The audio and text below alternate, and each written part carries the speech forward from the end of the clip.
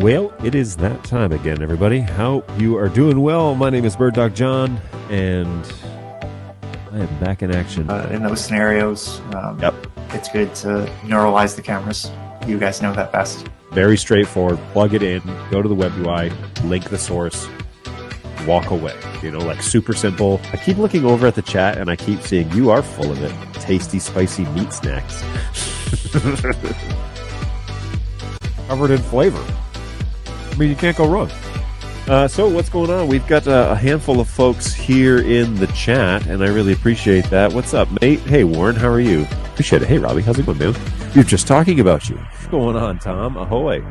How is it going? What's going on, Go Web? Good to see you again. Thanks for hanging out with us again today. Appreciate that. I feel like I'm in this video more than anyone but John. It's true, NetApp. You are, I'm going to cut this up and put this in the next intro.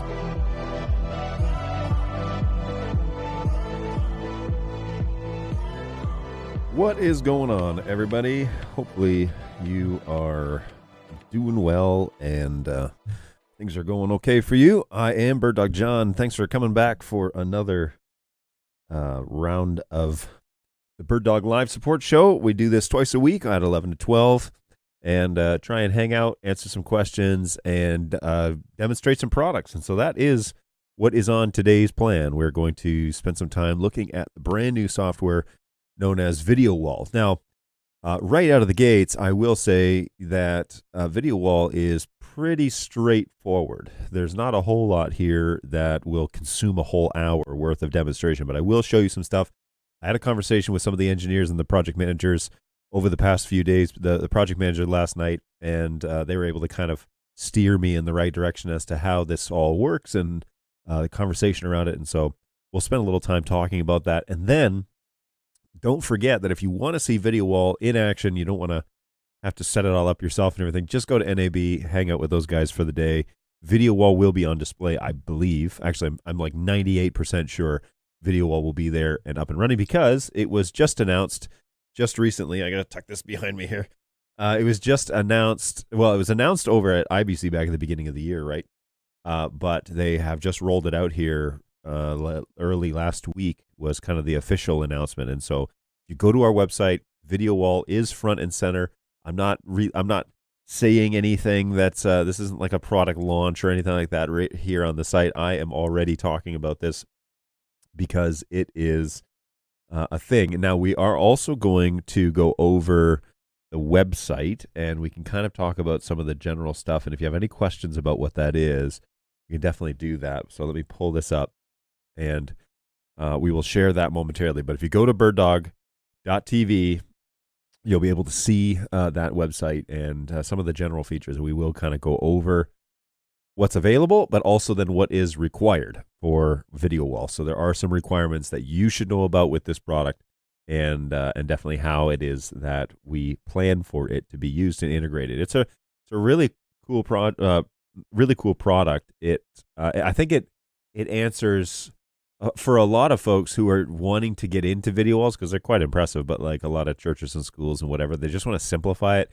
They don't want to go on Amazon and buy one of those like crappy knockoff video wall things. And so, yeah, we definitely want to make that level, bring it up to the level of Bird Dog standard, and then show you exactly how to use it. So we're going to do that today.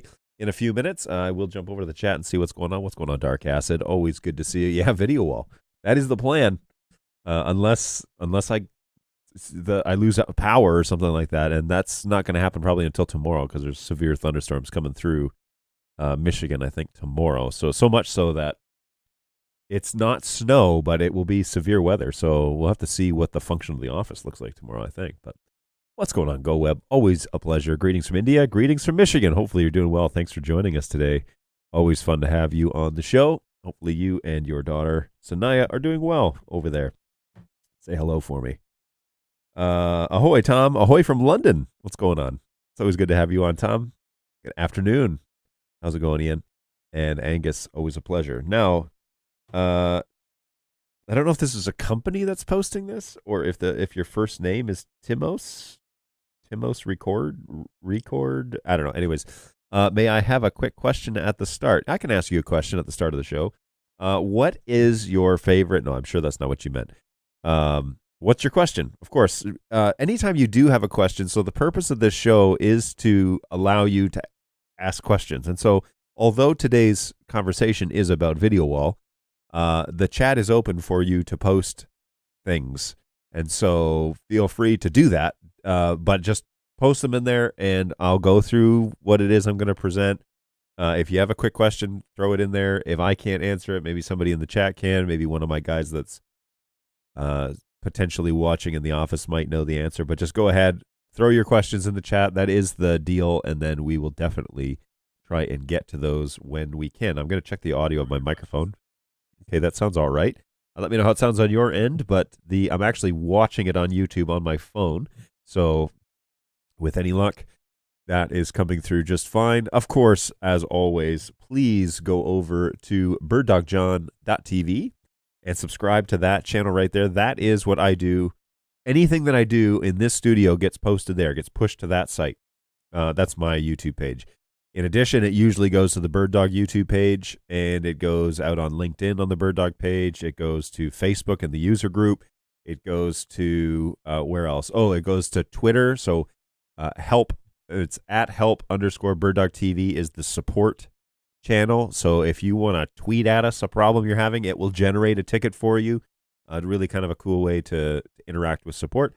And it all looks the same on our end. And so the goal is to keep everything in the same pile so we can keep it organized and get back to you. Let me tell you something. I just had this conversation with one of the sales guys.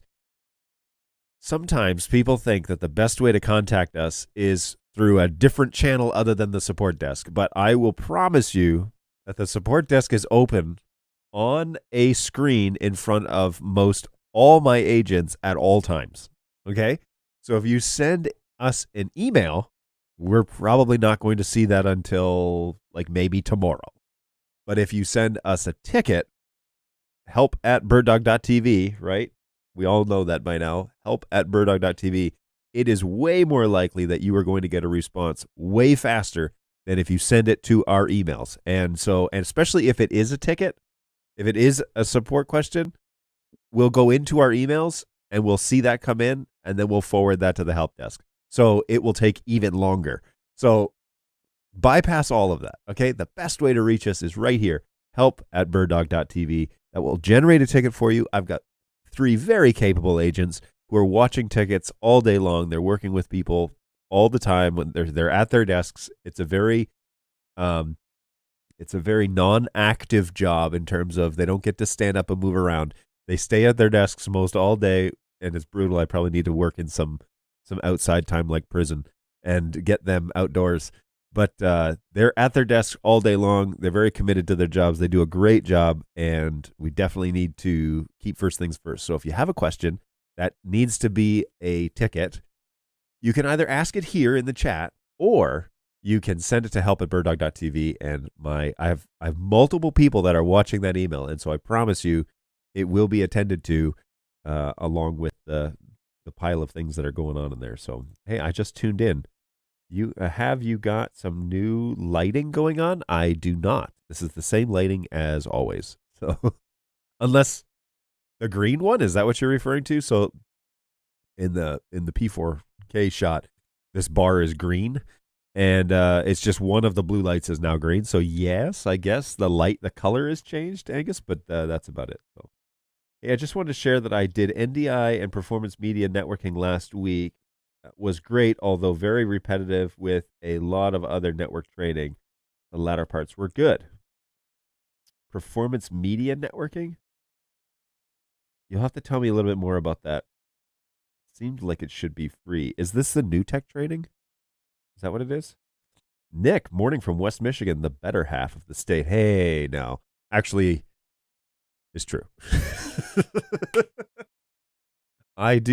I love the neighborhood I live in, but West Michigan is beautiful if you're comparing it apples to apples with Eastern Michigan. Yeah, Western Michigan is gorgeous. So I'm not offended. Also, I'm not from Eastern Michigan. I'm from Toronto, which is more beautiful than Western Michigan. So take that. I'll say Ontario. Technically, if someone from Ontario heard me say that I'm from Toronto, they would laugh because I'm not actually from Toronto. I'm from outside of Toronto, out in the country. But most people don't know where Caledon is, and so they some people might. There might be an odd cookie out there that knows where the Caledon area is, but most people don't know that. So you say Toronto. Maybe if they're familiar with Ontario, you might say Mississauga or you might say Brampton. Those are more my neighborhoods. But anyways, there you go. But I'm from Southern Ontario, which is beautiful. Northern Ontario is absolutely stunning. So it's kind of like it's the same forestation as Northern Michigan, and so and similar rock formation and stuff too, right? So the way that the Earth is formed is the same in Northern Michigan as it is over in Northern Ontario. So because it's all in the same shield line. Anyways, onward to more fun things than geographical discrepancies. Hey, it sounds good, John. Hey, Robbie, what's going on? I'm glad to hear that. Thanks. You sound fine. Oh, thank you. I have a gaming PC with a 1080p 240 hertz display, and I want to mirror that screen and put it on a Flex 4K. Does the Flex handle such high refresh rates, or just put 60 frames? Yeah, so the Flex is only up to 60.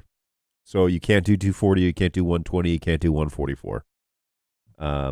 That's the hard and fast rule. It's not a high frame rate device, so it's doing high resolution, but it's capped at 60. And same thing goes with the 4K family. This is on the surface. We don't get this too often, but I don't think that that there's a big enough demand to R&D a product that will do 120 or 144 or 240 in your case. So the way to do it, potentially, I would play around with this, is do 240 to your screen, but run screen capture from NDI and run that at 60. And then you could output that NDI. See how that goes, because you would need to, you don't want to obviously cap your refresh rate on your screen because you paid the money to have 240, right? So run that in and of itself, but then download ndi.tv/tools and run that program as 1080 or 2160 at 60, and then you're generating a screen capture at 60 frames while still keeping your 240 running, and then you could output that onto your network as NDI and send it wherever you want it to go. So if you're doing screen capture, you just can't screen capture 240. You would need to then bring it down and compress it to 60. So there you go. And you are very welcome. Hey, and just like that, folks, please ask your NDI questions inside the chat, and we'll get to those when we can at any time, by the way. Hey, I'm watching from Northern California. Excellent. Thanks for coming along. How are things in Northern California? Because we've got a buddy that works for Bird Dog over in California, and the weather has not been kind to him recently. So, yeah, let us know how you're doing. Hopefully you're surviving just fine. The Bird Dog support team is absolutely fantastic, hands down. Boom. I know what that is. That is Nick over in the UK, and he's been working with Brayton. They just had like a 45-minute to an hour meeting. So I really appreciate that, Nick. Thanks for saying that. That's always a pleasure to have you on the show, and thanks for working so hard for us over there in the UK. Yeah, the green hair light is an interesting new look. So is that interesting as in like, that's interesting? Or is that like, oh, that's interesting, like dynamic? Yeah, you can see it here with the 4K. That green light is now there.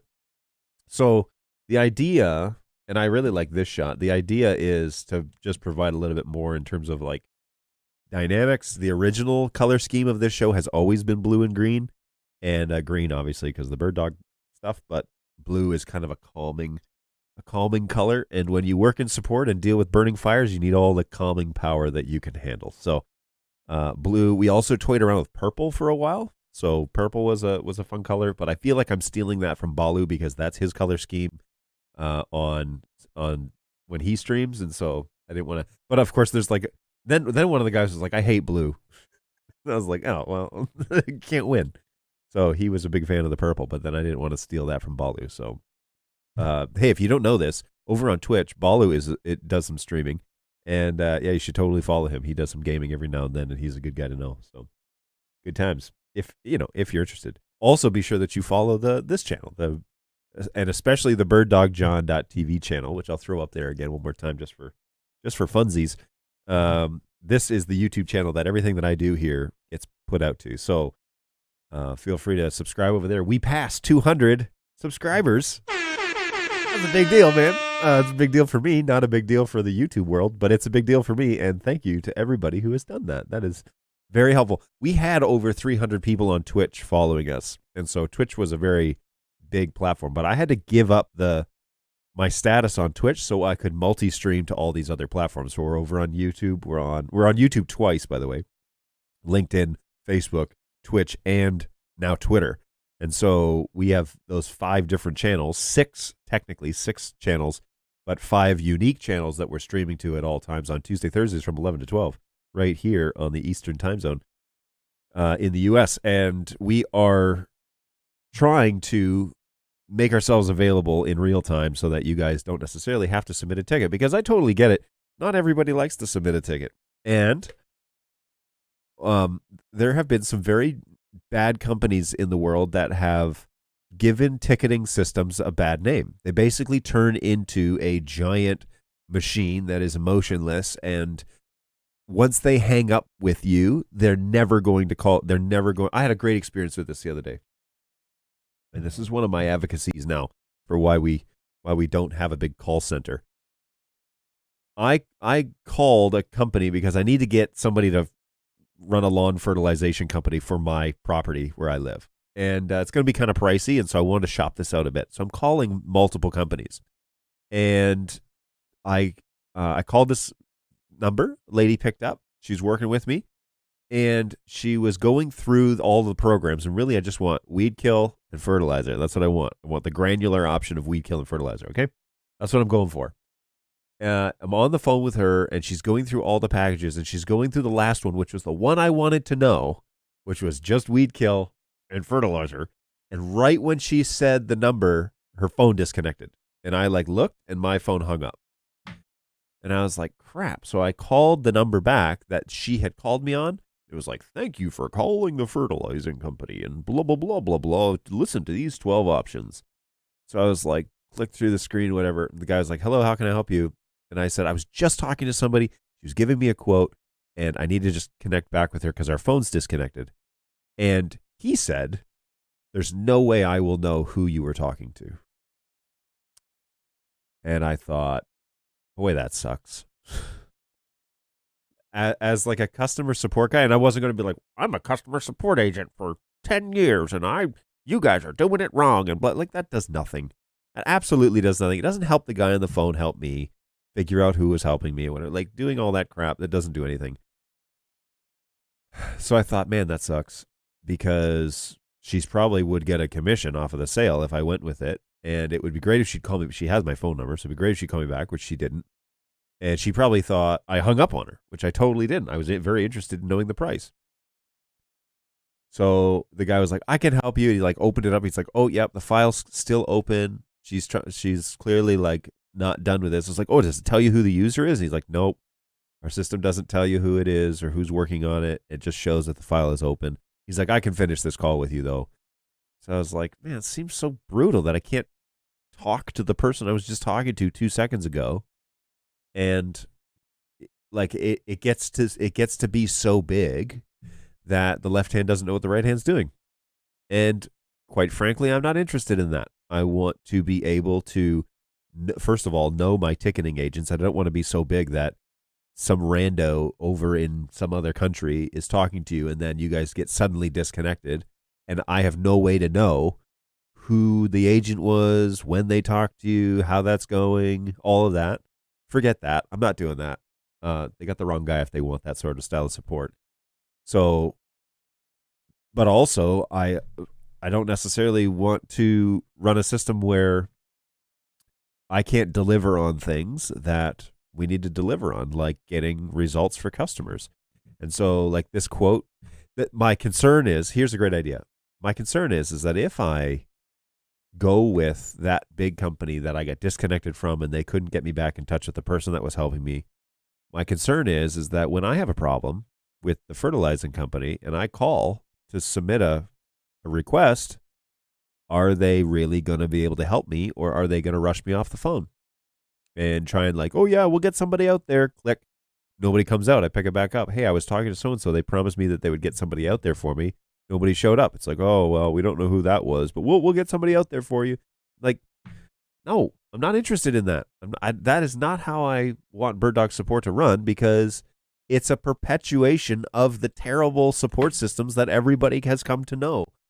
So that's precisely what I'm pushing against. So here's the plan, guys, and I'll say it here. I've said it to my own company, so this isn't a surprise to them, although they may not be thrilled that I'm publicizing this. But here's the deal, is I may not be able to provide you with a support channel that you prefer. I may not be able to have a 24/7 phone number that you can call when your hair's on fire. I just don't have that ability. I don't have the money or the resources to do that. There, I said it. I said the quiet part out loud. What I can do, though, is I can tell you what you can expect when you buy a Bird Dog product and how fast that response will be. And so I promise you that we will do our very best to get back to you within 48 business hours. And we do everything we possibly can to do that. And when we drop the ball, my agents are instructed to apologize for dropping the ball and to promise to prioritize you. So if we don't get back to you in that time, we'll try and get you ahead of the other folks that are all waiting. But the deal is that the way we manage it is, if you submit a ticket, we promise we're going to get back to you. We try as hard as we can to find you the solutions or find you an answer. And that's two different things sometimes. Sometimes the solution is, here's the fix. Sometimes the answer is, I'm sorry, but that isn't a function, or that is a bug, or that is a future feature request, or something like that. We promise that we will get you an answer. And sometimes the answer is not what the customer necessarily wants, but it's better that than us promise you something and give you lip service but never deliver, right? So look, I'm on here twice a week, fully exposed to whatever questions that you might ask. And if I don't know, I've told you, I'll tell you I don't know, and I'll tell you I'll try and find out. The other side of that is, if I do know, I can tell you in real time. I can tell you right now, yes, that's a thing, or no, that's not a thing, or I don't think that's ever going to get addressed, or that may be a part of a future feature or something like that. You can come here. You probably get a halfway straightforward answer, especially if it's bad news. I'll tell you what the reality is. If I know, I know. If I don't, I'll try and find out. But I am not going to say, oh yeah, okay, we'll turn on the phones for 24/7 and we'll pick it up as soon as it calls and stuff, because that's not something I can deliver on, quite honestly. I cannot guarantee you that everyone will be sitting at their phones waiting for you to call. I can't guarantee you that if we turn on a chat bot, that an agent will be ready to take your request right there. So we've lit up the channels that we can manage. We can definitely do ticketing systems. help@birddog.tv. That's the number one, and that's our biggest support channel. That is what we have hired people to manage. So I've got 3 ticketing agents, and I have a ticketing manager. Okay, Senseless is the ticketing manager. So he runs that whole desk, and he manages the agents, and he does the workload, and he does a fantastic job at it. Okay, so I have a ticketing manager. I have 2 additional ticketing agents. So if you submit a ticket, there are 3 employees, full-time employees with benefits, who will be addressing those, okay? We also have this. I'm on here twice a week for at least an hour advocating for, you can contact me here and ask me any question you like. And somebody already has this morning, and that's what we're here for, okay? You can tweet at us if you want, help_birddogtv. That is the support channel Twitter account. Hit us up. It'll go into the ticketing system. We can respond to you directly on Twitter. So that's also a great little way to do it.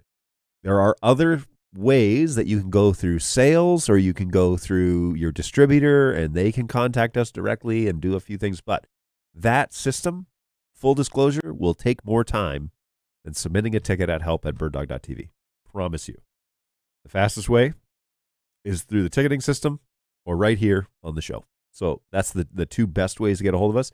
And then I can promise you that I will get you answers. I can promise you turnaround. And that's the end of that entire conversation. Because today is all about VideoWall. And we're already 26 minutes into it. So thank you, Nick, for saying that. And that sent me down a rabbit hole, as my conversations typically do. Yeah, it was the New Tech Training. It was a weird name. Yeah, it's like the New Tech University, right? Yeah, I took that too. We can chat about that if you want. Can you briefly explain what free tools are available from BirdDog and how they are helpful? The only free tool from BirdDog is Dino and Neuralizer.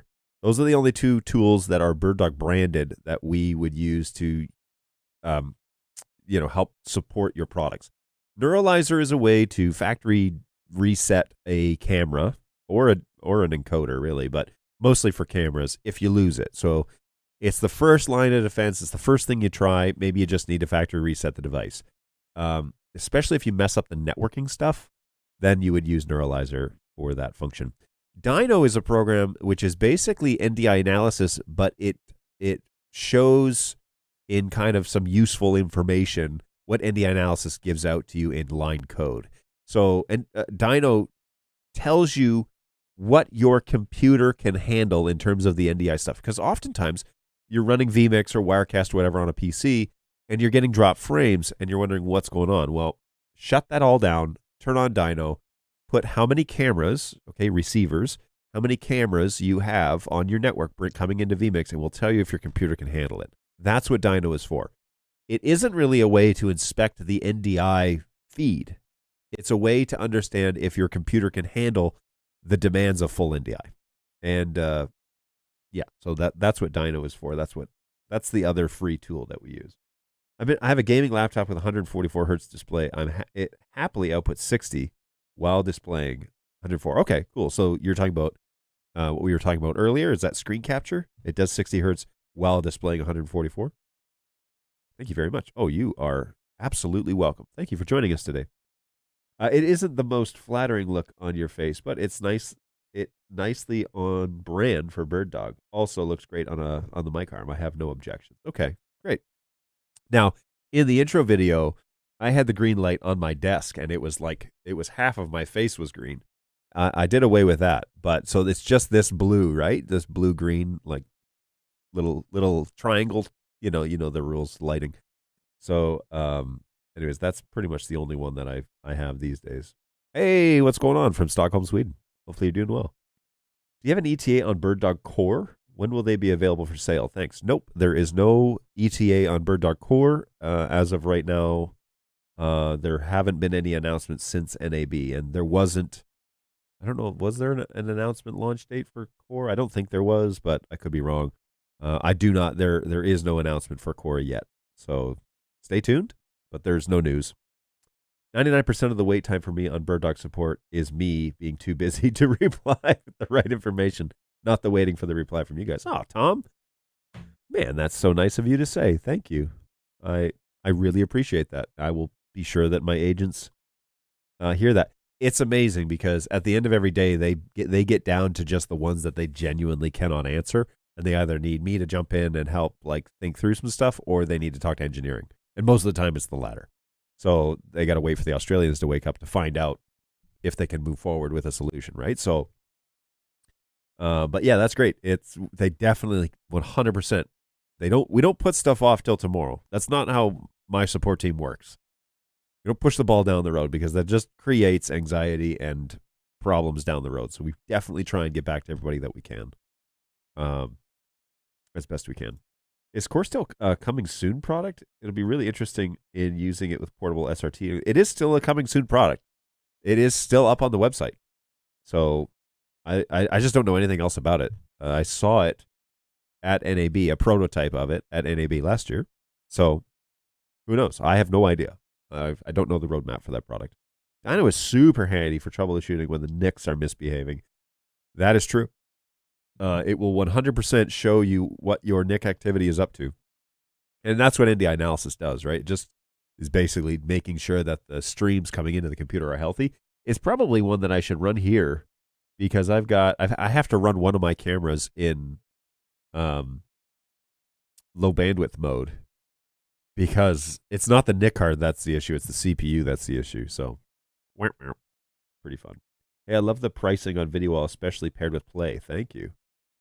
You are welcome, Dark Acid. That's actually something we're going to talk about. And hey, I'm at the end of the chat, so let's plan on doing that. Now, I haven't benchmarked VideoWall. All right, well, hang on.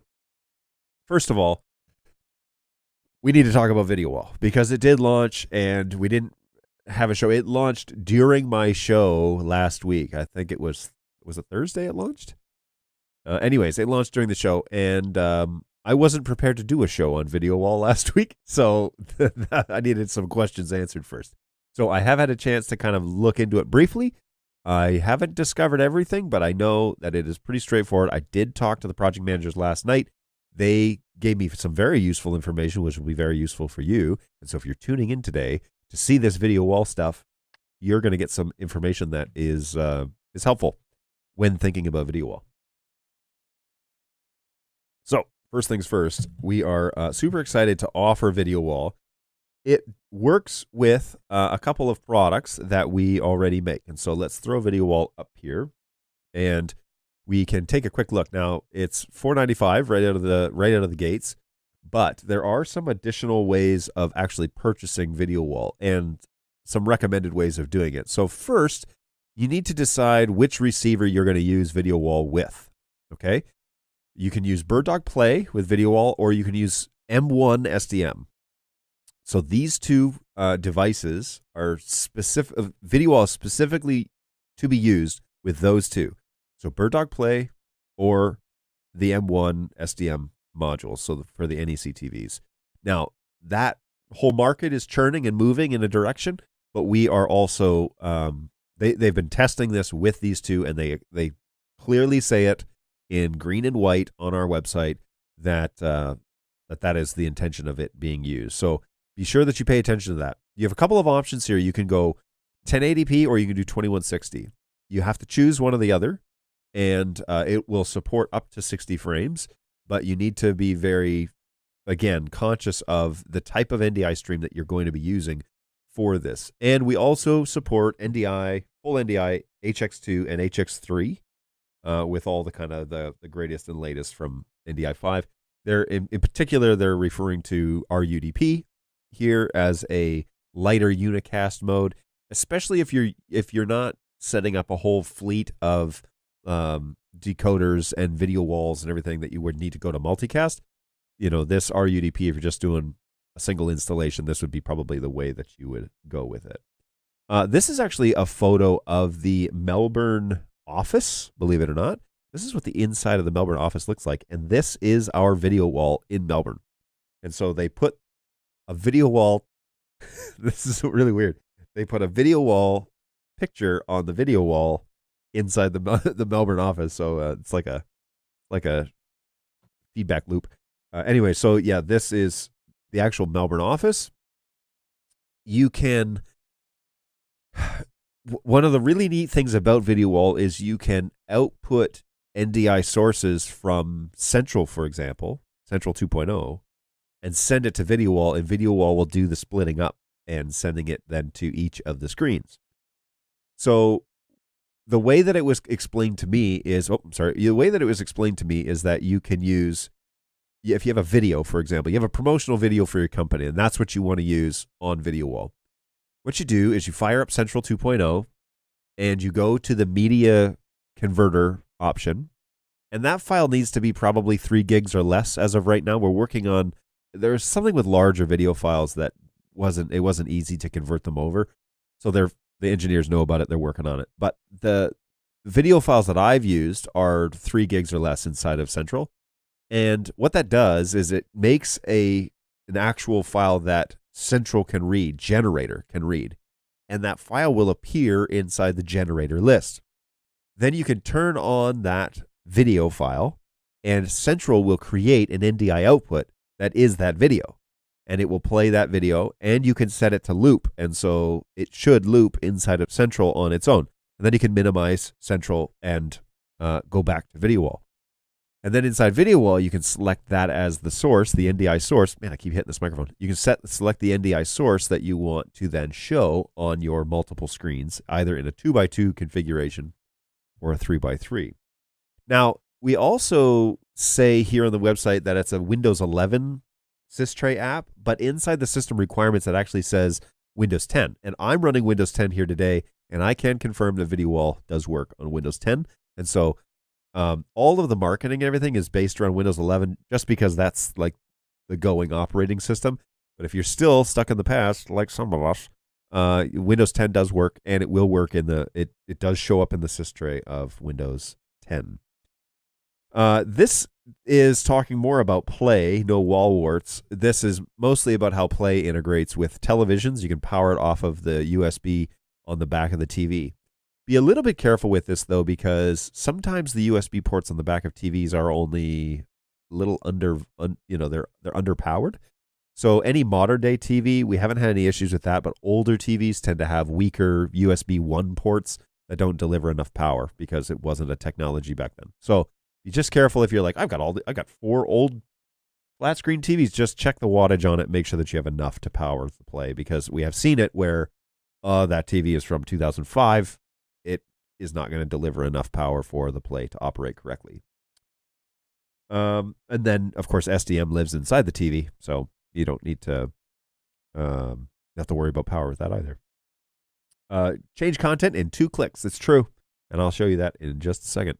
Super easy networking. So check this out.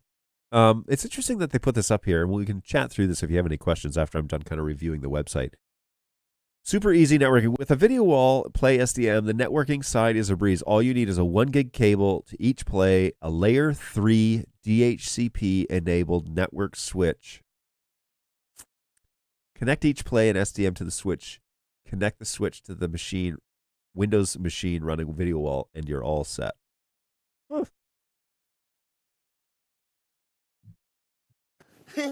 How neat is that? That's pretty neat. So, something I have been preaching about here on this channel for an age appears in writing on our website, which is unbelievable. So, rejoice with me, for my lost sheep has been found. They literally say layer 3 DHCP network. So, boom, Bob's your uncle. That's pretty interesting. There's an MDNS conversation happening right now in the networking world, and I wonder if that has something to do with it. But more on that later. Effortless configuration. It is actually pretty easy, and I'll go through that. And then they give kind of a use case. They show, here's how this might work. Here's kind of what we're thinking, and how that all plays out. I do wish that this network switch didn't just look like a unmanaged GOS 105, because that's annoying. But potato, potato. And then this is what the VideoWall bundles. This is what Dark Acid was talking about here just recently. We actually offer a bundle with VideoWall. You can buy 4 plays and VideoWall for $1,000, or you can do 9 plays for $1,500. And that is actually a great deal.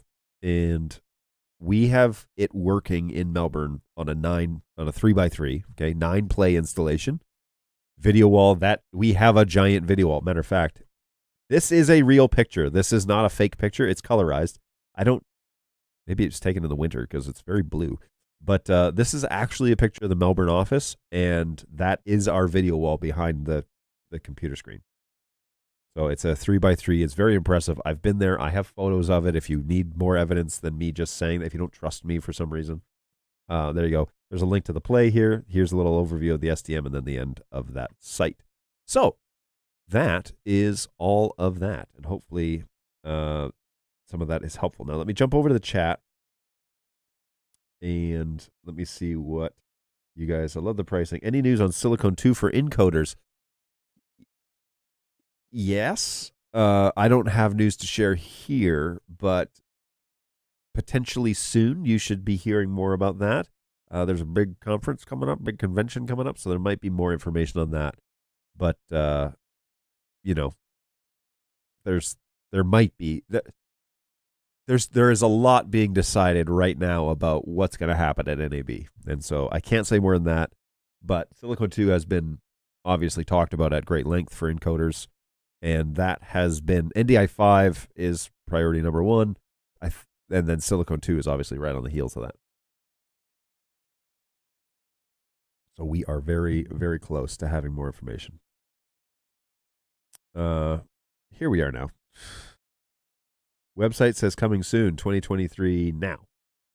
The website does need to be updated, but it said Q1, shipping in Q1 of 2023, and we are in Q2.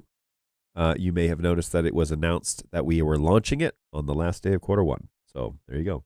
Sounds like quad, NDI5, Silicon 2 focuses have delayed it. Plus maybe supply chain issues. I'm just guessing. So no to the supply chain issues, but the quad is always the number one encoder because that's the one that does the most things. Once you get quad singing correctly, then it's basically removing stuff to do the other items. So 4K SDI, 4K HDMI, those are less required. It's like same hardware but less horsepower required. And then there's 4K family is right there with it. They are same silicone chip as a 4K family.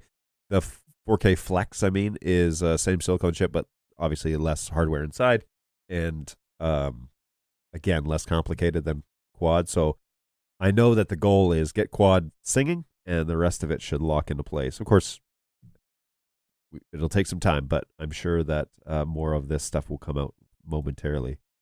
Video wall section. Assuming Play and the SDM are only devices that can sync between devices. No, that is not the reason. It'd be nice to know the wattage requirement. Yeah, I think 2.4 is the correct voltage, if I'm not mistaken. I'll have to double check for that. It would be nice to support 21.9. That would be nice, but I know that that's not planned as of today. Is VideoWall just playing out Speed HQ from an MOV container, or does it have to be created in Central? More on that in a moment. Any news about Dante for hardware? The answer there is no. There is no news on that. Comms? Hey, what's going on, MTash? What about comms? There is currently no news on comms. If that's what you're asking. Okay, let's fire up VideoWall. Now, I have no idea what this is going to do to my vMix mix, so let's find out, because it's all going to be on the same computer. And rule number one is please run these softwares on machines that are... It should be on a machine. The software should be running on a machine that's not running vMix. Oh, yeah, look at all those drop frames. Check this out. Fun times. Cool. All right, what can I do here to lighten the load? Let's find out. Let's kill this. Not much, apparently. Let's kill this. Yoink. Cameras. We are going to change this one to that. And this one to that. Okay. Breathing a little easier here. A little bit. And then we are going to enable my screen capture ability.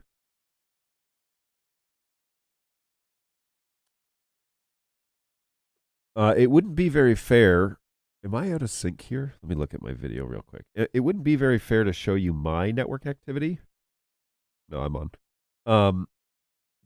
To show network activity because I'm also running 4 cameras into vMix as well as running VideoWall. So that would probably be a separate training video that we would produce. And I do know that one of the project managers is looking at the training videos for VideoWall and a few other things. So that might be coming soon. Bear with us. All right, back to this. Okay, so when VideoWall starts, it pops up in the sys tray, and it looks like this. So it asks for the activation code, and you have to put in your license and everything like that. But once you do that, then this pops open. And this is all VideoWall is. Okay, it's just a little side menu. It's a little sys tray program that pops up, and it just opens up and runs right here. Now, first thing is that you select your source. And I have noticed that if I run VideoWall, this is kind of a different thing for BirdDog, by the way. But when you run VideoWall and then you turn on a source like vMix, the sources, if you just do this, the sources populate in real time. There's no refresh button. There's none of that. It just populates in real time, which is different than like the way Central works or the way that comms works, where you have to tell it to refresh or restart the program. They've changed that where now you don't have to do that anymore. And so you can pull up your resource list here on, and this, you're selecting what NDI source you want to use. So in this case, we are going to use the BirdDog vMix output, which will make a bit of, well, yeah, this will be a bit of an inception thing, but we can select the actual vMix output as our source. And then here, I'm right-clicking on each of these, and it's showing me my decoders in the office. And so this is one of the BirdDog plays. Obviously, this is another one of the plays, which is actually this play right here. And you can select your BirdDogs right here on that screen. And once you do that, that's it. That is the entirety of the configuration of actual VideoWall. There's not any additional options inside of the sys tray. This is literally the program. And it just allows you, once you line up these, so you can say like 1, 2, 3, 4, right? So BirdDog Play is in the first position, second position, third position, fourth, and you link your source that you want to use. So I can like do this. Oh, there's my multi-viewer. And so it runs a little proxy of this stream and shows that here on the screen. So I have a whole bunch of other sources. Let's see if I can pull up something else. I haven't tried this yet. PF120 is one of my cameras. Oh, hey, what's going on, everybody? So it's this one. So that is now split up into those 4 screens, and you can link those screens. Now, some of the things that you need to be conscious of, here's that other P24, this guy right here, this other 120. So some of the things that you need to be conscious of about this, and we probably, this is what I want to go over with you as to like, these are some gotchas that you need to be well aware of. Let's switch this to, where's my 4K? It's called Studio P4K, this guy. So, oh, look, and there, it's a proxy stream because it shows the little, I have the scopes on the proxy stream. Okay, so this, here's some things that you need to know about this. What VideoWall is doing behind the scenes, and this is no secret because you can find out in Studio Monitor, which I'll show you in a second. What VideoWall is doing is it is breaking up these streams into non-traditional resolutions and then sending them to Play or SDM, which have the ability to reformat the actual output of an NDI stream and set it correctly to the television. And so if I was to be sending a 4K, an actual 4K signal, NDI signal, the decoders need to be able to do that resolution, and like the 4K resolution, and the televisions have to be able to do that, right? So your TV has to be able to function in 4K in order for the decoder to be able to output 4K and for VideoWall to be able to send it a proper scale. So if I'm sending, now this is full disclosure, this is the 1080p stream, okay? The one that, this one, right? Well, the one on that you're looking at right now is a 1080p stream. So this would be able to get broken up into the streams at their respective resolutions and then sent, to the plays, and the plays would then do the fitting to the screen correctly. It's not a true scaler, okay? So don't get the idea that, oh, BirdDog's going to be able to scale videos soon because the play can already do it. It's actually built into the ARM process of the unit. And so it's something that we take advantage of, but it's not something that's on the FPGA chip. So remove that from your brain as far as I understand it. But the beautiful thing here is VideoWall is going to break this up into 4 NDI streams and send those around the network. So again, this isn't like secret sauce. I'm not revealing the 12 spices of KFC or whatever it is that they call it. But what this is let's just switch this here. What this is the ability to, I'm going to put this here, and then I might open up a second one actually. Studio Monitor, which screen is that going to open up on? Up here. Okay, cool. So yoink, like this. Okay, and I'm going to set this to none. All right, so we've got a couple of studio monitors here running, and just to keep things moving smoothly, we are going to make sure that low bandwidth mode is selected because I would hate for this to crash the whole show, just for an example's sake. Okay, so I've got 4 outputs here, right? If I right-click, look, BirdDog VideoWall is now an option. And we have the quadrants 0, 1, 2, 3 because they're programmers and they don't number things 1, 2, 3, 4, they would program them 0, 1, 2, 3, of course, because 0 is the first. And that's fine. But if I select the video source, check it out. So this is the source coming out of VideoWall in the actual frame that it's supposed to be sent to play. But you'll notice that it is definitely not working. That it is not a NDI stream that you recognize, and it's actually in a 4x3, I think. Anyways, but if we select that on any of these, now also keep in mind that my CPU is running at 100% right now, so all bets are off as to how fast this is going to work. But here it is. Like this, these are each of the individual quadrants, and they get spit out as NDI sources on your network. And VideoWall does the job for you, where it changes. You know, you can assign the plays to each of the quadrants as you need to. It's really fast in terms of this is just sending an API command to change the source. That's all that's doing to that respective device. And so it's really supposed to be easy peasy. In terms of, I don't know if I would consider it lightweight, because I hesitate, because sometimes people put this stuff on like Microsoft Surfaces and stuff, and I would prefer to have, if you have the option for horsepower, please use the option for horsepower. That would be good. So anyways, this is interesting that the speed of this is not actually super slow. It's pretty quick for what it's up to. Now, whether you would use this in an iMag situation, I don't think so. But that's to be seen, and that's for you to tell me whether or not that's actually something that's on your horizon. But that's it, man. That is mostly the entirety of it.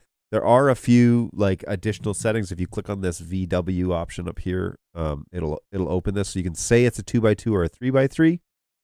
You can change the name of the NDI source, which you can do that with all BirdDog products that have outputting. Pin it to your desktop or not. You can choose to use dark mode or light mode. I kind of like this because it's easier to see from a long distance away. And my license is listed here already. So if you need to change the license, you can clear it and then put in a different license there. So there's that. And now the question is, I have to click this X to even get out of that. Okay. So I just learned something new. And you can go through and select what devices you want to show. That's really that simple. So here's that menu again, just so you guys see. It shows you the BirdDog video. What is this? What does this do? It takes me to the BirdDog website.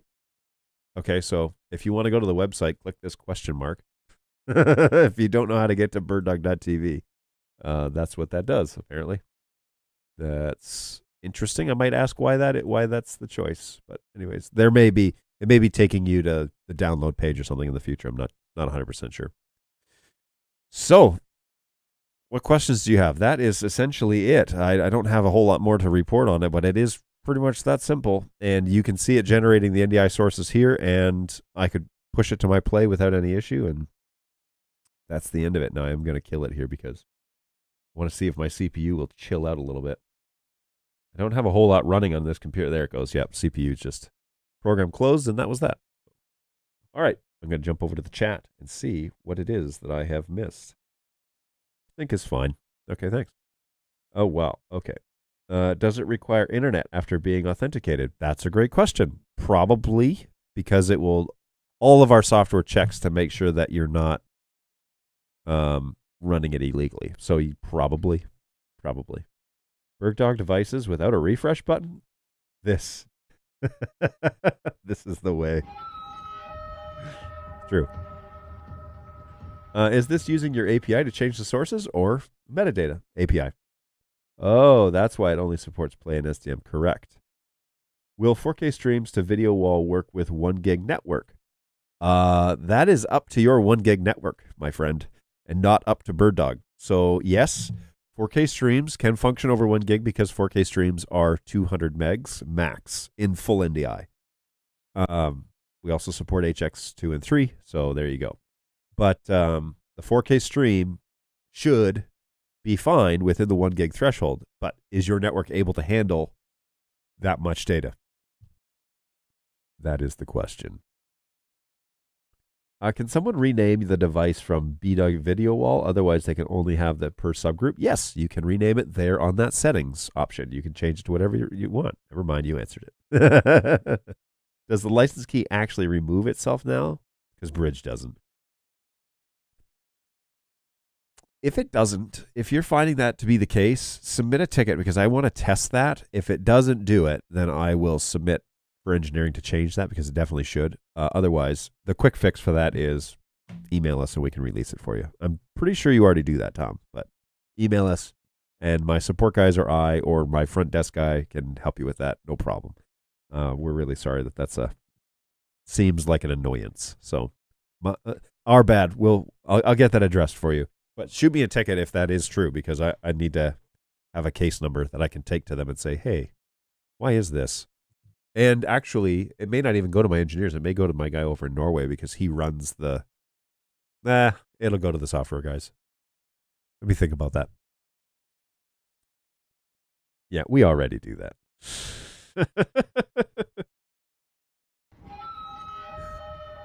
So I should definitely work out a way where if somebody puts in like hashtag this is the way, it just triggers that sound. That'd be great. There's got to be a way. Oh, actually, yeah, there's got to be a way. Come on, StreamYard. There's an option. I'm pretty sure that we could do it inside Twitch, but not everybody's on Twitch, and I don't push people towards Twitch anymore, so. Because they banned me for some reason. I think it was I talking about the vid? Is that what I was talking about? And so they banned me for content because I was sitting on the fence saying, we don't know. And then they were like, banned. Anyways. Multicast option? So you could set, I think the multicast option for this is you set it in Access Manager on the computer. I don't think you force it in VideoWall. I think VideoWall is just generating NDI with the libraries as the libraries are generating NDI. So can you do groups? You can do groups in Access Manager, yes. They banned you? They did. Well, they banned me. They put me in a 10-day hold, which ended up being like 2 weeks or something like that. So, yeah. Are they picked up from Access Manager? They should be. Because that would be adhering to the SDK from NDI. So I'd be surprised if we didn't. But that is the point, yes. Tom's got lots of good questions, folks. Don't let him take all the good questions. Be sure to get in your queries about VideoWall right now. This is the only time I'm talking about VideoWall. No, I'm just kidding. Talk about it anytime you want. But yeah, come and hang out, ask your questions, especially VideoWall. If you want to see it in action, I'm pretty sure we're going to have one at NAB. I would love to get one here, but you know what? You know what's really expensive? VideoWall. Because not our software or the plays. I got all of that stuff ready to go. It's the TVs and and the installation, all that stuff. So, what is a good question? Ooh, good question. Yeah, only ask the good questions, guys, not the bad ones. A good question involves a level. It requires me to. Well, it's either a question I know how to answer, or makes me think a little bit, makes me try and work it all out. So, can we add the feature request to support 21.9? I promise you that every single aspect ratio has been already requested on your behalf. I was joking with the project managers last night a little bit. Said like, yeah, as soon as it launched, we got a request for 3x1, and we got a request for a 2x6, or no, it was a 2x3, and we got a request for a 4x3. They're like, when are these configurations coming? And they're just like, oh boy. As soon as you launch something, the next thing out of somebody's mouth is like, cool, when will it do this? So I'm not going to promise you anything because I'm pretty sure that VideoWall is now out of the development phase and into the sell this product phase. So there you go. So that 1-to-1 aspect ratio video that you saw in Studio Monitor, is that the resolution that you're putting out and rewrapping it, or is that just a visual glitch? We saw it at ISE and it seemed pretty good quality. So that was running in low bandwidth mode, and that output is just the raw data that will arrive at Play, and then Play will do the actual resizing of the screen for whatever TV you have. So yes, that's the raw data. That's not the quality of the video that's going to be sent. and we were looking at low bandwidth mode on there. So, hey, we love it. Cool. I'm excited, but I'm not sure what it is that you love. If you need custom video walls, you could use MadMapper to cut up NDI video and output NDI again. I don't know that program. That is something that I will Google. MadMapper Home. Discover our solutions. What is MadMapper? The most advanced application for video and LED mapping. Rent MadMapper. You can rent the program? What? What now? All right, I'll look into that later. How much is it? If you had to choose between eating tacos every day or being thin for the rest of your life, would you choose hard or soft tacos?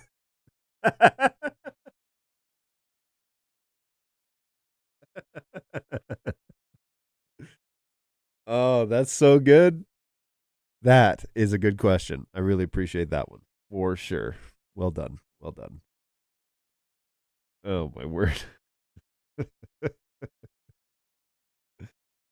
Good times, everybody. Good times. Great oldies. My kids and I have been playing through the video game known as Jurassic Park 2, available on Steam. And that is a whole lot of fun. It's one of those, build your park and avoid disaster type of situations.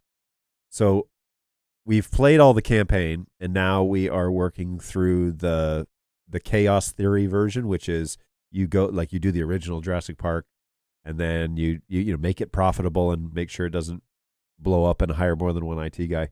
And then the second one is Lost World, and I just finished that one yesterday with the assistance of my 9 and 5-year-olds, so that was fun.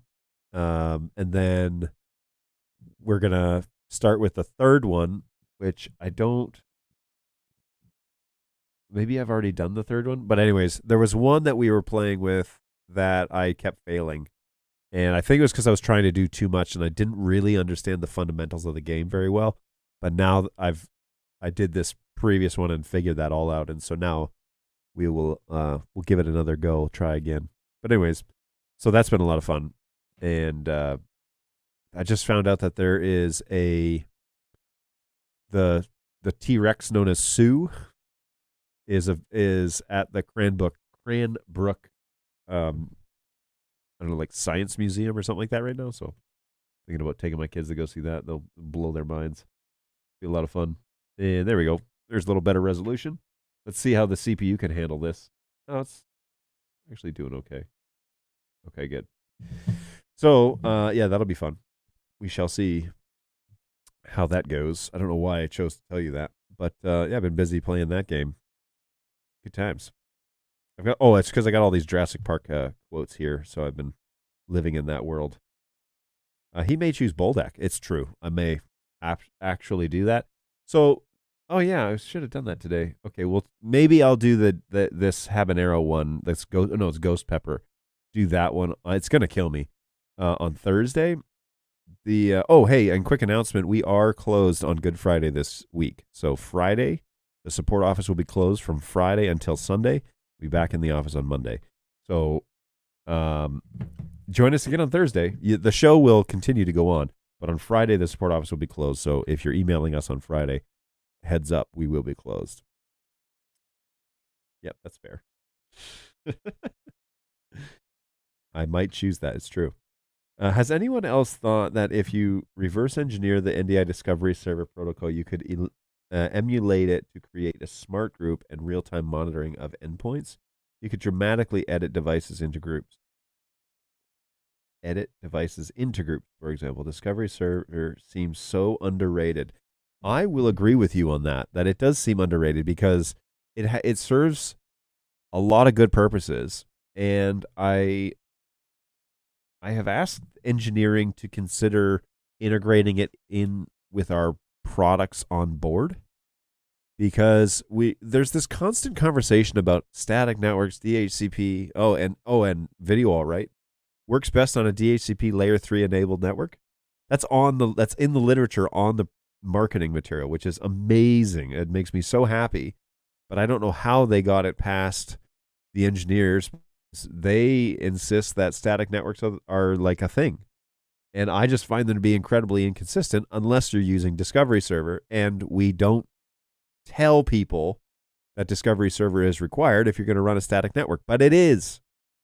And if you're watching the show for the first time and you're setting it up and you're frustrated with your static network, install Discovery Server, watch my video on Discovery Server, install it. You'll have a much better time with NDI, mostly because we do feel like it's underrated, and I think it's required for static networks, and it should be. There are some caveats there, and there are some if, ands, or buts that have to kind of be clarified at an engineering level so that we're speaking about it correctly and that we're designing our products correctly for those sorts of environments. But at the end of the day, Discovery Server is underrated, and it is an unsung hero in the NDI world, and we really should be pushing it more, especially for static networks, but not exclusively. It could run in a DHCP network and quiet all your broadcast packets and really make a big difference there too. But anyways, I digress. I agree with NDI Discovery Server being underrated. It's true. Dark Acid agrees. Tom agrees. We have a consensus. We're all in lockstep. Hey, what's going on? Is it Basim or Basim or... Sorry for butchering your name one way or the other. But hey, welcome. Thanks for joining us over on LinkedIn. Appreciate that. I think there's an opportunity to wrap Discovery Server with something that gives you like a web UI, like central. Basically, central control should eliminate the private Discovery Server API so it knows everything without knowing the groups. Am I making sense? This time, Tom, yes, actually. So it would be great to integrate that on a central side of things or cam control or something like that, right? Because, yeah, basically just if you have central running, you turn on the Discovery Server function and then it runs it in the background and you just point everybody at the IP address of your central machine. Yeah, that makes total sense to me. And it would make then a great advocacy for why you should also have central on your network. But DHCP can also reserve IPs based on MAC addresses, which is what I'm mostly doing these days. And that is what I recommend for DHCP. If you're running a DHCP network, you should always be using the DHCP reservation list, because then you get the benefits of a static network, but the benefits of a DHCP network that has an active MDNS and everything is set up as it was designed to be. So DHCP, this is the way, is what he meant to write. When AV installers go static, what they really mean is that they don't want to deal with DHCP or any non-AV devices on the network, and that is not that the IPs don't change. Fair enough, but you can create a pool that is just wide enough for your licenses and then reserve them all in the reservation list for that. So you can create a DHCP pool of, if you have 10 devices, create it for 10, go into the reservation list, boom, boom, boom, add them, and then you have a DHCP network with only 10 licenses. So if somebody plugs into it, they're not going to get an IP. But never use static. Always use DHCP. Wow, now we're getting bold with our statements. I mean, Tom is saying the quiet part out loud, but, you know, I agree. I don't know how else to put that. I agree with this assessment. But then they would have to learn what DHCP is. Heaven forbid somebody broaden their horizons slightly. DHCP plus 802.1 something is the dream.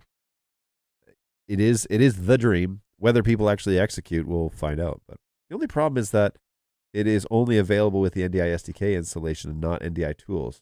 Discovery Server.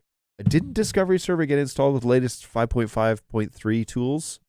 I thought it was included in the latest one, because that was the complaint is, well, why do I have to go get the SDK? Shouldn't it be a tool? It is a tool, right?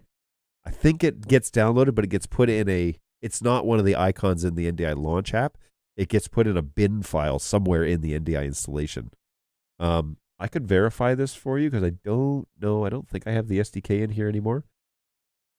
So let's see if we can find it. It's under Program Files, NDI. NDI 5 tools. Discovery. Yep. So if you're just clicking through and installing it without a specific directory, you're going to go install directory, C drive, program files, not the 86, but program files, NDI 5 tools, discovery, and boom, NDI discovery service is in there as an executable. So there you go. I'm pretty sure discovery server comes with the base NDI tools. Wow, I'm so late to the game. Thank you, Dark Acid. You are most welcome, my friend. You are always welcome to ask your questions and receive an answer. You're not late to the party. They didn't announce it. You didn't miss anything. And in terms of you didn't miss an announcement that was sent to the rest of the public and you were sleeping or something. That didn't happen. They just snuck it in there. They just snuck it in there. And I'm really trying to get people to stop doing that. 802.1x enables dynamic assignment of VLANs, among other things. It's true. Truth bombs coming from the UK over there with Mr. Tom.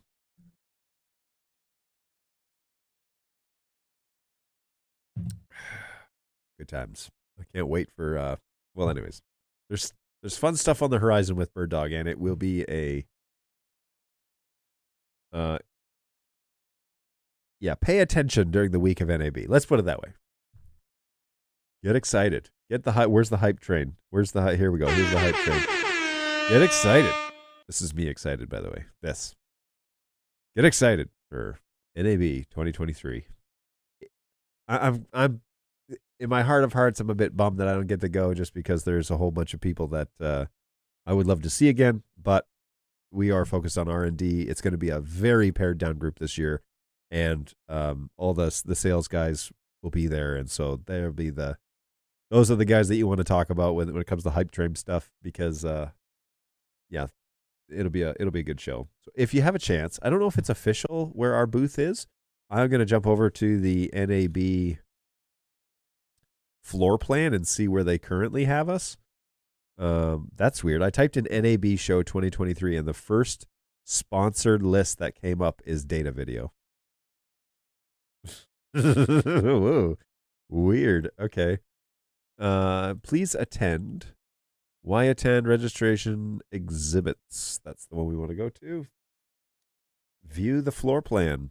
Let's see if we officially have a spot on the floor plan, and I can tell you if it's the same information if it's the same information I have. And they've moved us around a little bit in terms of where we're at. So this is the NAB site. I don't want to watch that. The NAB show turns 100. Oh, I'm missing the 100th show. That's a bummer. Wait, I thought I said let's share this one. Didn't I say view the floor plan?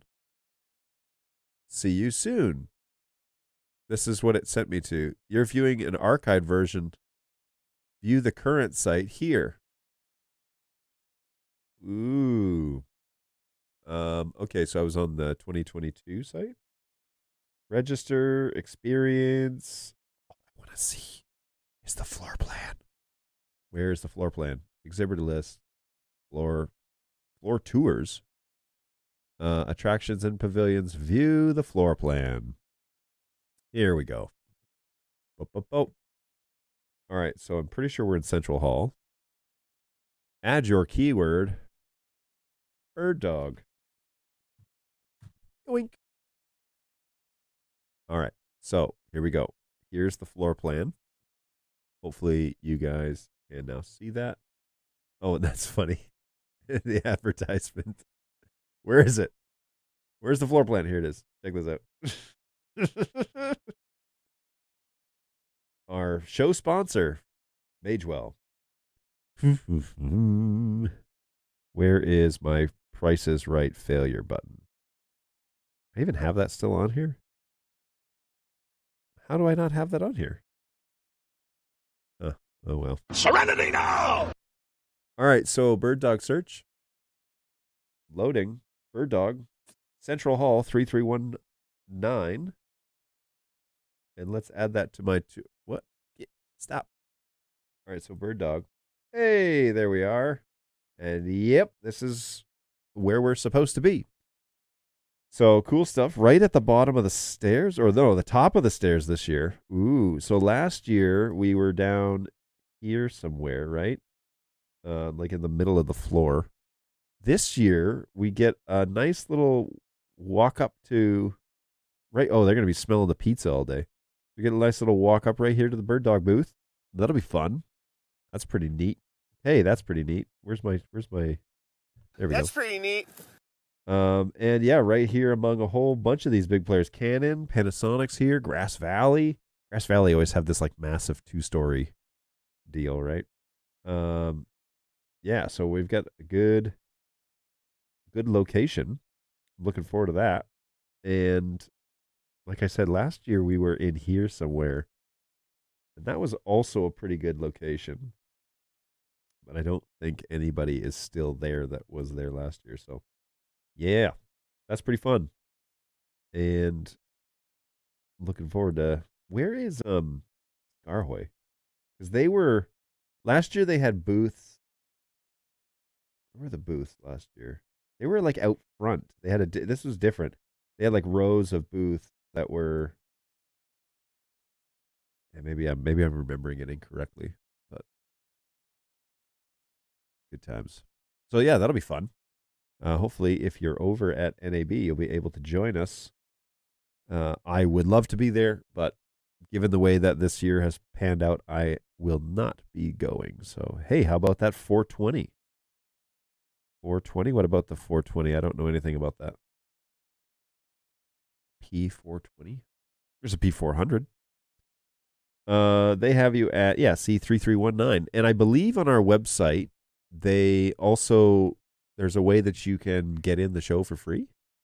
So birddog.tv / well, let's just go to the main page because we're going to be there, right? And so next, cloud, central. We got lots of banners. Play, video wall. Where are we here? I thought we had we're going to be at NAB. So not there. Not there. I'll find out because we normally have a code people can get in. Let me see if it's posted on LinkedIn or something. Or did they put it up on they put it up on Facebook.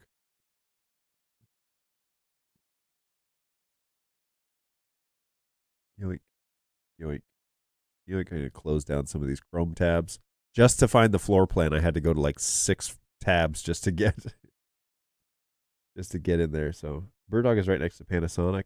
The Panasonic Connect booth? Yes, correct. We live by a code.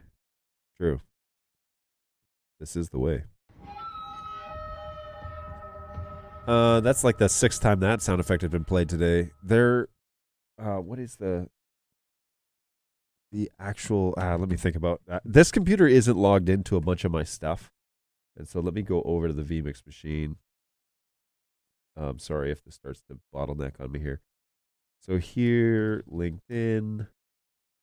Let's see. Sometimes Eamon posts it if we have one. And let's jump over to the BirdDog site.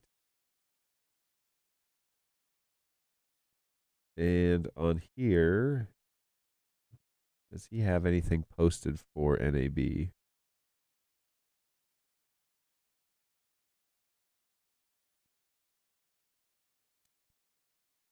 I don't see anything. Now I'm back in like March. Yeah. Oh, here, NAB show. Use this code. Yeah, okay. So the code is, have it, yeesh. Feel free to register using our free pass code. So that code, I'll jump back over to the chat and bring that in.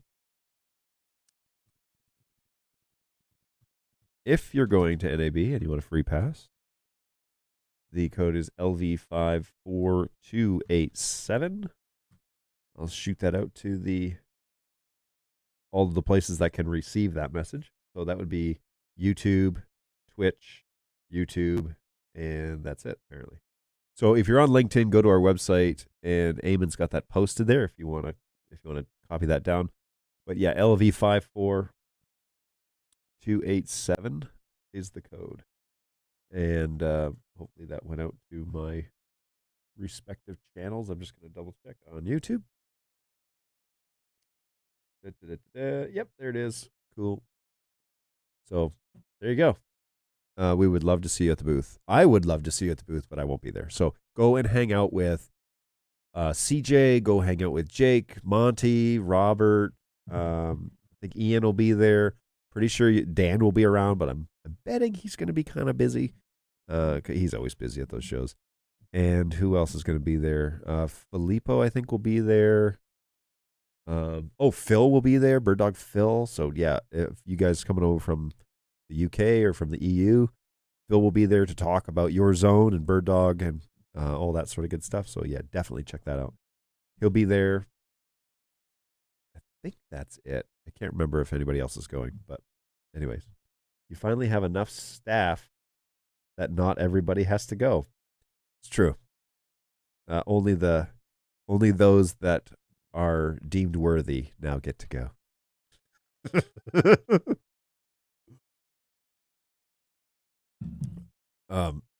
Yeah, we do have enough staff, that's for sure. Hello from Ireland. What's going on, Drumlin? Hopefully you're doing well. Thanks for stopping by. I really appreciate that. We're into the 12 o'clock hour, which means that you have definitely, well, I almost said you definitely got your money's worth, but that's always questionable, right? So, hey, hopefully you feel like you've gotten your money's worth. It's more salesy. Yeah, the team is all sales. So that is for sure the case. It will be more salesy. If you're showing up at the booth to talk brass tacks, they can, but that's not what they get paid to do. They get paid to sell the stuff. So, hey, come to the show. There's a live show on YouTube twice a week on Tuesday, Thursdays at birddogjohn.tv. And that guy will answer all of your techie questions that you have about NDI and also about Bird Dog products and that sort of thing. So join him twice a week from 11 to 12 Eastern Time here in the U.S. for at least 60 minutes. And he should be able to chat with you about any of your technical questions.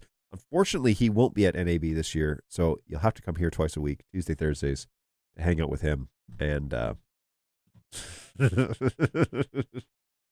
plus, you get to meet other guys in the Bird Dog realm. You get to, some of my sales guys hang out here. Some of the support guys sometimes hang out here. And then, of course, the NDI community that we have, there are over 200 people, that are 200 accounts that are subscribed to the birddogjohn.tv YouTube channel, which again, in the whole YouTube world, that's not really that much. But in the NDI realm, that's not so bad. And we specialize in something. So this content is not even like for everybody. This is a specific market of Bird Dog NDI cameras and decoders and encoders and like problems that you might have and how to do networking with them. That is not something that you're going to get thousands and thousands and thousands of views on, like a Eastern Shore Broadcasting Tom Sinclair, who talks about vMix, but talks about PTZ optics. Bird Dog talks about Sony cameras, talks about audio, talks about a whole gambit of things. That is a much more broad show, and maybe that's something I need to consider, by the way. Maybe I should broaden the show. I'm open to that. I wouldn't be offended if we did. So let me know. Is it even NAB without John? Apparently it is.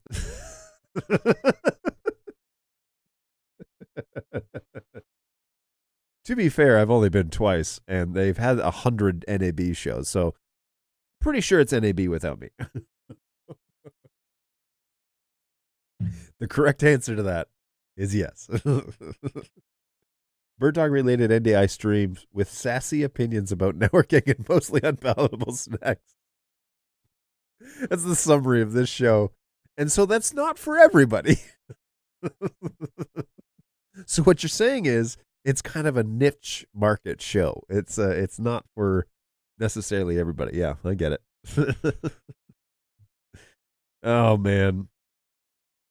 Good times. Good times. Can't wait. I've been to about 25 NABs. Wow, that's impressive. Quarter of a century. Here's to the next. Are you planning on going to 25 more? There's a question. And how have you seen it evolve over those 25? Be very okay. Here's a question. I'm asking a lot of questions now. Here's a question. Would you rather go to a NAB show 25 years ago or an NAB show now? Is the content was the content better then or is the content better now? From 1991 to 2014. Wowzers. So you haven't been recently? Like you haven't been in the past 9 years? You should definitely make a visit. It'd be worth it. I really enjoy NAB other than I got really bad case of COVID last year. I really enjoyed NAB. And you meet some really cool people and you get to see the customers all like fired up, you know? So that's always fun. It's always fun to see people dreaming and imagining of ways to use your technology to achieve their goals. That's really fun. Years back, the small vendors were a lot more interesting. Boom. Take that, punch to the face. Small vendors. See, the other problem is NAB is so busy that I don't ever have time to go around the show. Like I go to the show and I know the booths. I know what the booths around me look like.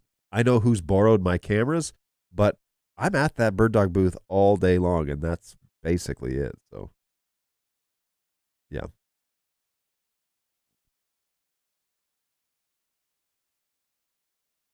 It's an office quote. What's an office quote? I missed it. It's not. Is it even NAB without John Bird Dog related NDIs? I don't see what you quoted. Oh, here. Sorry. Yeah, I met somebody in a 10 by 10 booth. He was a genius inventor of high end NTSC encoders. Cool. That's cool. He bought a little 10 by 10 at a 10 by 10 is not like small. It's not inexpensive. I'll put it that way. At NAB, it might be on the smaller side, but they're all really expensive. Yeah, I have the sneaking suspicion that my network installation last year overwhelmed my own company because I set up a real NDI network and I coordinated it and I had consultation from Netgear. And so every time that they refer to this year's booth, they're like, well, not as complicated as last year. And I'm like, I don't know if that's a compliment or an insult. I don't know if you're trying to like tongue in cheek, like, well, John, last year was a little too much. Or if it was like, well, we don't need the interconnection like we had last year. So I've gotten that from like 6 or 7 different people that were at last year's show. It wasn't complicated for me. I knew exactly how that thing was set up, and it worked beautifully, by the way. There weren't any issues with my network last year. So we'll see how it goes this year. I don't get to design this year's network, so I think it's just standalone 4250s at each of the desks. No interconnection or anything like that. Anyways, I think StreamYard or YouTube are filtering. We'll email you the link. Oh, I can look on YouTube. Let me see if it went on there. StreamYard may have filtered it, but you go here. Looks like it was YouTube because it's not on YouTube's page. Awesome. Well, it's 12:30. This is a weird week. It's always strange when we're closed an extra day. Like when we're going to be closed on Friday, by the way. Good Friday's coming up. And so it's always a little bit strange when Good Friday is happening. And it's a little strange when we get an extra day off because it makes a 4-day week. And I'm fine with it, by the way. But it's just always a little bit strange. And so the week's been a little bit strange. And I've got a lot of meetings. And I've got a couple of things that I need to kind of address quickly. Plus, we just finished up a major project that was going on, which I talked about last week. So that project just finished up, and we're ready to get that time back so we can get our schedules and office back in order and a whole bunch of things. So Yes, this is a weird one. But we will be back on Thursday. I'm tempted to do the ghost pepper ramen thing. I'll see. I'll see if I want to be down and out for 24 hours. But might do that on. I didn't do snacks on stream today. I've just been drinking water. I haven't even had really a second dose of coffee, so I'm going to have to right the ship on some of this stuff. But we will be back on Thursday, and I'm happy to take any questions that you guys have. Today we reviewed VideoWall. Pretty short demonstration, honestly, because there's not a ton to it. But yeah, we're really excited about VideoWall. I think there's a lot of great potential with that. And go to the website, birddog.tv, and it's the first banner on the website. So click on that. It'll take you right to all the details. And we have some promotion bundles going on, which are listed at the bottom of that website. So be sure you go over there, click on the VideoWall link, and check that out for more information. I think we'll have one at NAB. So if you're going to be there, you want to see it live, by all means, go over there and check that out. And you'll be able to understand a little bit more as to how that works in a real world scenario. Right now, we are running at a 2x2 screen configuration or a 3x3. And so you can do 4 screens or 9 screens. And you can't pick and choose like a 3x1 or anything like that. But those are the 2 configurations. And we think that it'll really be a great market for a lot of like signage stuff and a lot of churches and schools and places that want to show stuff in lobbies but want to have a larger screen. VideoWall is a simple way to do it. And those bundle deals, if you want to do a 2x2, that's $1,000 and you're up and running. You buy the TVs you want to use them on, get those plays on the back of the televisions, and off you go. So good times, everybody. Really excited about VideoWall. I think it'll be a great addition to the Bird Dog fleet. All right, guys, I'm going to let you go. So thank you for hanging out with us. If you haven't done so already, please jump over to birddogjohn.tv and subscribe to that YouTube channel with your preferred YouTube account. That would help me out greatly. You can hit the little bell button if you want and be notified when we go live. We do go live twice a week, Tuesday through Thursdays at 11 to 12. And I'm really trying to figure out, it's already April, geez. I'm trying to figure out some additional guests and times that we can do shows. And so I know HQ has wanted to have some time where they can be on. We'd have to do a special show for that. But that might be a Friday afternoon or a Thursday afternoon type of show because of the time. Currently, it's the middle of the night over there. So this is the time of the year where the time zones have all changed now. We're in daylight savings, and it's the worst possible arrangement because they're 2 hours later than they normally are. So our 4 p.m. is their 7 a.m., or their 4 p.m. is our 2 a.m. So it's a disaster. So yeah, real tough to coordinate things with them live, but I do want to probably get them on the show once a month or once every other month, just to give some additional opportunities for people to meet and get familiar with folks that are also in the company over in Australia. So I'm going to try and work that out. Let me know if you have any other questions about VideoWall or whatever in the meantime, and we will go from there. Yeah, it's something to aspire to. It's true. It's pretty cool. Hey, I just had a 45-minute phone meeting. Did I miss it? Yes. You 100% missed the entirety of the show. I've been on here for an hour and 46 minutes, evidently. That's with the bumper, so it's probably like an hour and 20 minutes. But yes, I am now working on that. Oh, getting a phone call, so that's cool. So come and hang out with us on Thursday. That is the plan. We'll be back for another at least an hour to hang out with you, answer questions, maybe eat something spicy, and or maybe not. Maybe have something else. I don't know. We'll see how I'm feeling on Thursday. But in the meantime, take care of yourselves, folks. Take care of each other. It is super important these days, and so hopefully you are doing well, and you'll come back on Thursday to hang out with us. We're always here twice a week unless I get sick or something like that. So be sure that you check us out. Let us know what it is that you need. Bring your questions. If you really hate submitting tickets at help@birddog.tv for some reason, because I got 3 great agents that sit there and handle those all the time, you can ask me the question Tuesday, Thursdays from 11 to 12, and we can definitely help you out with that. All right. I am going to finish up with a quick little bumper out of here, and then we will see you guys on Thursday at 11 o'clock. Take care of yourselves, and we'll see you soon. Bye, guys.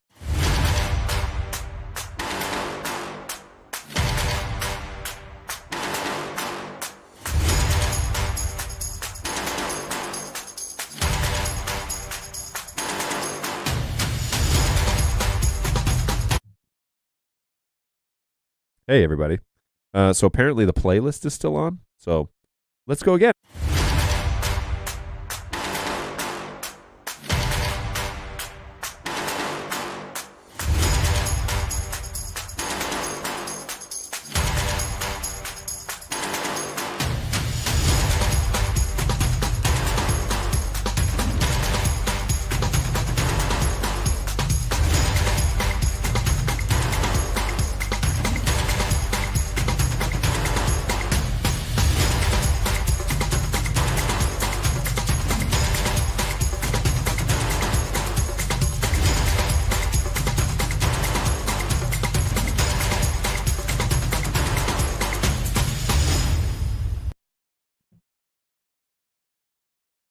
Bye.